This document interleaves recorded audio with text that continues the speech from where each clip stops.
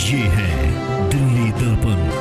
नमस्कार, आप देख रहे हैं दिल्ली दर्पण टीवी। मैं हूं आपके साथ डिम्पल भारद्वाज। अग्रवाल समाज का सम्मानित तबका ये महसूस कर रहा है कि समाज सेवा में लगी उनकी संस्थाओं को एक मंच पर लाने की जरूरत है।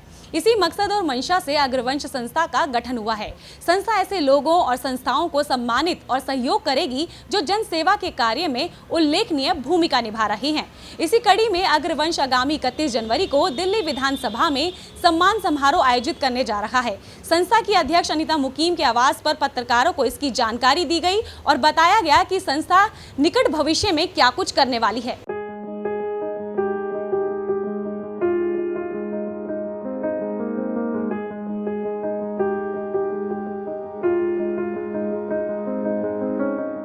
देश भर में कारोबारी और परोपकारी माने जाने वाला अग्र समाज अब ये महसूस कर रहा है कि उसकी तमाम संस्थाओं को परस्पर सहयोग करने के लिए एक मंच पर आने की आवश्यकता है, ताकि समाज को हर स्तर पर मजबूत किया जा सके। संस्था का यह भी प्रमुख उद्देश्य होगा कि वह सामाजिक सेवा के क्षेत्र में बेहतर काम करने वालों को बल दे और उन्हें सम्मानित कर प्रोत्साहित भी करे। इसी कड़ी में अग्रवंश आगामी 31 जनवरी को दिल्ली विधानसभा में सम्मान समारोह आयोजित करने जा रहा है। प्रसिद्ध समाजसेवी अनीता मुकीम के आवास पर समाज के प्रमुख लोगों ने पत्रकारों को इसकी जानकारी दी। 31 जनवरी को विधानसभा में हम एक प्रोग्राम कर रहे हैं 11 बजे, और उसमें हम सारी अग्रवाल संस्थाओं का सम्मान कर रहे हैं। अभी तो हम 20-21 संस्थाओं से स्टार्ट कर रहे हैं। धीरे धीरे आगे आने वाले दिनों में जब भी हम नेक्स्ट प्रोग्राम करेंगे तो फिर हम संस्थाओं का सम्मान करेंगे, जिससे कि लोगों को हौसला मिले। अग्रवंश से जुड़े प्रमुख लोगों ने महसूस किया है कि देश भर में अग्रवाल समाज की कितनी ही संस्थाएं, स्कूल, अस्पताल और धर्मशालाएं चलती हैं। देश की अर्थव्यवस्था में इस समाज का बहुत बड़ा योगदान है, लेकिन इस समाज को और ज्यादा सशक्त करने की आवश्यकता है, सांस्कृतिक रूप से भी और सामाजिक और सियासी रूप से भी, ताकि ये समाज राष्ट्र निर्माण और जनसेवा में और भी ज्यादा तेजी और ताकत के साथ काम कर सके। समाज के कुछ प्रमुख लोगों ने, जिनमें वजीरपुर से विधायक राजेश गुप्ता, समाज सेविका अनीता मुकीम, श्री श्यामलाल, संजीव मित्तल ने संस्था की नींव रखी और कुछ ही समय में काफी लोग इससे जुड़ते चले गए।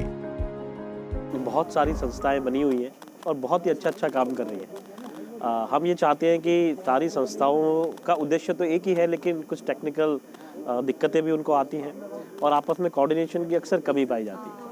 तो हमारी कोशिश यही है कि वो सब कोऑर्डिनेशन उनमें बने। कोई टेक्निकल प्रॉब्लम्स भी आती है तो हम उनका सहयोग करें, और जो कोई भी अच्छा काम कर रहा है हम उसको सम्मानित भी करें और उसका सहयोग भी कर सकें। हमारा मतलब ताकत को दिखाना है कि हम अग्रवाल मतलब ये सिर्फ ये नहीं है कि सिर्फ दान में या सिर्फ कमाने में ही है। हमारे को अपनी एक इज्जत भी चाहिए, समाज के अंदर एक इम्पोर्टेंस भी चाहिए। तो उसके लिए हमने इसका निर्माण कराया कि आपस में सबको मिलें, एक सूत्र में बांधें और अपनी प्रॉब्लम को दुनिया के सामने, समाज की, सरकार के सामने लाएं। अग्रवाल समाज को परोपकार की प्रेरणा उनके कुलदेवता महाराजा अग्रसेन से मिलती है। आने वाली पीढ़ी को भी ये प्रेरणा मिलती रहे, इसके लिए जरूरी है कि उन्हें उनकी संस्कृति, विरासत और महाराजा अग्रसेन की गौरवशाली इतिहास से अवगत कराया जाए, ताकि उनके हृदय में परोपकार की भावना बनी रहे। अग्रवंश अपने आने वाली पीढ़ी के लिए अपनी संस्कृति एवं महाराजा अग्रसेन के सिद्धांतों को सबको बताना चाह रहा है, जिससे राह देख के वो भी अच्छे उस पे पथ पे अग्रसर हो सके। हम एक नया निर्माण करने जा रहे हैं अग्रवंश के माध्यम से, और मैं समझता हूँ कि मानव सेवा एक उत्तम सेवा है, और मेरा अपना व्यक्तिगत विचार है कि मैं अपना शेष जीवन इसी में बिताना चाहता हूँ, सेवा के माध्यम से। अग्रवंश संस्था का मानना है कि देश में हजारों अग्र समाज की संस्थाएं स्कूल, हॉस्पिटल और मंदिर निर्माण जैसे कार्य कर रही हैं, लिहाजा ये संस्था ये सब नहीं करेगी, बल्कि ऐसे कार्यों को सपोर्ट करेगी जो समाज को हर स्तर पर मजबूत बनाता हो। संस्थाओं की समस्याओं के समाधान के लिए सहयोग भी करेगी।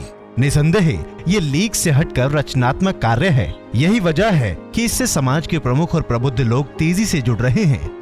संस्थाएं भी मंशा का स्वागत कर रही हैं। ऐसे में आने वाले दिनों में यदि ये मुहिम बड़ी बन जाए तो हैरानी नहीं होनी चाहिए। प्रियंका आनंद के साथ राजेंद्र स्वामी, दिल्ली दर्पण टीवी।